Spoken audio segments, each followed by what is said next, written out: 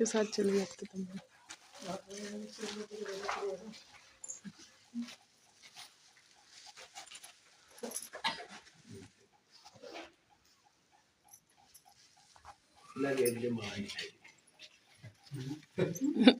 भैया की रखोगे।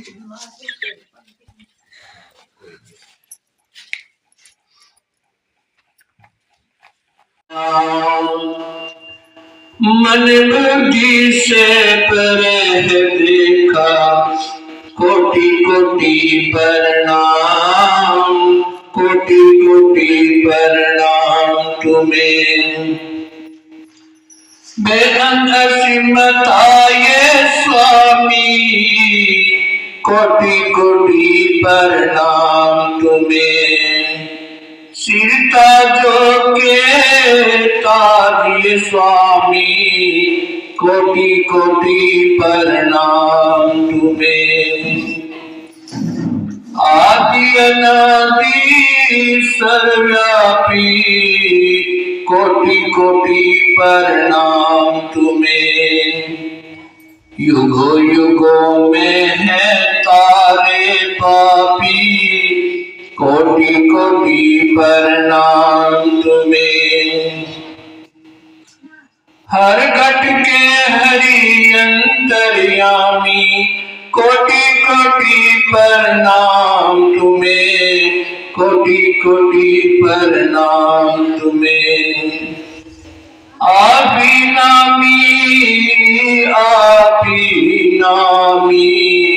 कोटि कोटि प्रणाम तुम्हें। सब सृष्टि के पालनिहार, कोटि कोटि प्रणाम तुम्हें।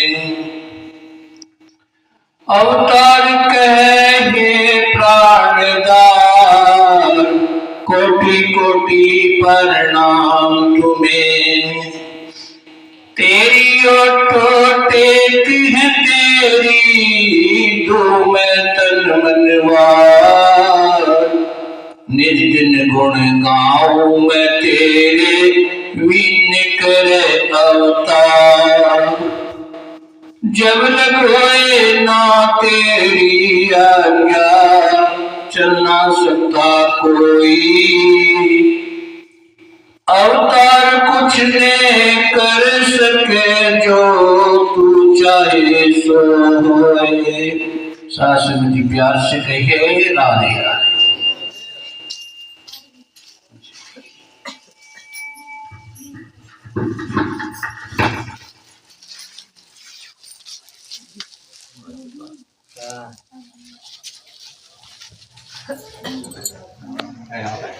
और भगवान में अपना ध्यान लगाए, और जो भी आपकी इच्छा है वह परमात्मा से बार बार अरदास करते रहे। देखो, एक ऐसी शक्ति, ऐसी ताकत एक मालिक की है जो हमारी हर इच्छा पूरी कर सकता है। इसके अलावा कोई ऐसी शक्ति नहीं जो हमारी इच्छाओं को पूरा कर दे। बस इतना है, जैसे अपने भक्ति कर ली वैसा ही फल भगवान ने आपको दे दिया और फिर नरक में पहुंचा दिया।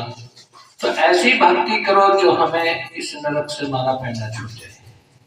ठीक है जी, ऐसा भजन भक्ति करनी चाहिए, सच्ची भक्ति करनी चाहिए, अपना अच्छा कर्म करना चाहिए। आपका अच्छा कर्म होगा तो हमें कोई दिक्कत नहीं रहेगी। अगर हमारा कर्म खराब हुआ तो हमें 100 परेशानी खड़ी होगी। चाहे किसी की भी पूजा कर ले, रात दिन पूजा पाठ कर लो, चाहे मंदिर में बैठे रहो, कोई हमारे लिए अच्छा नहीं होगा। कर्म अच्छा करना चाहिए। जो संत महात्मा लोग बताते हैं कि भी अच्छा कर्म करने से हमें किसी के आगे हाथ फैलाने की जरूरत ही नहीं पड़ती। और भी देखो, भाग दौड़ करते रहे, सुबह उठे, नहाना धोना किया, कभी भूमिया में, कभी मंदिर में, कभी देवता में, कभी सैयद, कभी कहीं की पूजा, कभी कहीं की पूजा। पूजा करो, पहले गुरु बनाओ। जिसकी भी आपने पूजा करनी, देवी की करनी, देवता की करनी, और गुरु भी होना चाहिए जो देवी को हमें अंशक दिखा दे, हमें उसके दर्शन करा दे, तभी मान्यता पूजा पाठ होगी। नहीं तो अनजाने में करो जो देखो पूजा पाठ, इसका कोई फल तो मिलता ही नहीं है। ये तो हमारी मेहनत का कर्म है जो हम आज मिल रहा है। बहुत सी पूजा पाठ करते करते करते पूरा जीवन बीत गया और चले गए, उससे कोई फल ही प्राप्त नहीं हुआ। देखो जिस पे खेती करने का ढंग आ गया वो घर बैठा भी खेती कर सकता है। और बाजा बीज बोया, उसकी देखभाल नहीं करी तो देखो वैसा ही पैदा हो जाता है। तो ये भी एक बीज बोना है जो हम गद्दी पे नमस्कार कर रहे हैं, ये भी एक बीज बोया जा रहा है मालिक के दरबार में। इसका फल हमें क्या मिले, कद मिले, कितना कितना गुना ज्यादा दे, परमात्मा उतना ही मिलेगा। अच्छा कर्म करने से अच्छी पहचान होती है, मालिक हमारे अंदर दिखाई देता है। नहीं तो जैसे आप भी भजन पूजा करते हो तो हमने भी बहुत पहले से ही किया, पर फिर भी हमने पहले भी अपनी भक्ति खराब नहीं की। अगर देवी की पूजा करी तो देवी को देखा, पहले आमने सामने बैठकर दर्शन करे तो माता को ने आशीर्वाद दिया। आज जो यहाँ गद्दी पे बैठे तो उन्हीं के आशीर्वादों से हम यहाँ तक बैठे। अपनी भक्ति अच्छी करी, अपना अच्छा कर्म करा, किसी को गलत भक्ति नहीं बताई। अगर किसी को आशीर्वाद भी मालिक से मांग कर दिया तो मालिक ने वो पूरा किया। हमें कोई लालच में आकर किसी को ऐसा आशीर्वाद दे दिया कि जो हमारा ना पूरा हो। जैसे परेशानियां घर में चलती रहती है, लड़ाई झगड़े, दारू के और भी परेशानियां बहुत हैं, लड़ाई झगड़े, सासू की बहू की लड़ाई बच जाती है, बाप बेटे की लड़ाई बच जाती है। तो ये जब घर में अच्छा भजन होना शुरू हो जाता है ना तो ये समझो ये लड़ाई झगड़े निमट जाते हैं। राम राम रटी रहा था, राम राम रटी रहा था, यूं ही सतगुरु राम मिलाए, खान पान का ढंग भी मुझको सतगुरु ने सिखाया। जब ज्ञान लिया तो गुरु महाराज ने हमें सब कुछ सिखाया, बैठना उठना बोलना चालना कर्म करना सिखाया। फिर हम बड़े खुश हुए और परमात्मा में ही रह के हम अपना कर्म कर रहे, परमात्मा से बाहर नहीं है। ये निराकार ही मालिक है, सब देवी देवताओं का जितने भी जीव जंत है सबका मालिक ये निराकार ही परमात्मा है। हमें इसको देखना चाहिए कि ये है या नहीं है, कहाँ है, कैसा है। निराकार, वहां कोई चांद न सूरज न सितारे, न भूख न प्यास न पानी न आग, वहां कुछ नहीं है, सिर्फ मालिक ही मालिक वहां रहता है। तो ऐसी भक्ति बताते हैं संत महात्मा लोग के जो हमारे घर में हर खुशियां और अच्छी भक्ति करते रहे, अच्छे विचार होए और झुकने से ही हमारी भक्ति होगी। हम जो झुक रहे तो परमात्मा के चरणों में झुक रहे। तो ऐसी भक्ति करो, 6-5 मिनट में बैठकर अगर भक्ति करोगे और कर्म अच्छा करोगे तो 5 मिनट में ही आपका कल्याण निकल जाएगा। पी पी जिसको अमर हुआ हूँ, अमृत गुरु ने पिलाया है, लथपथ था मैं धूली अंदर, सतगुरु ने आन उठाया है। सतगुरु ने ही ऐसी कृपा करी जो इस कंध से उठाकर इस निराकार से जोड़े हैं।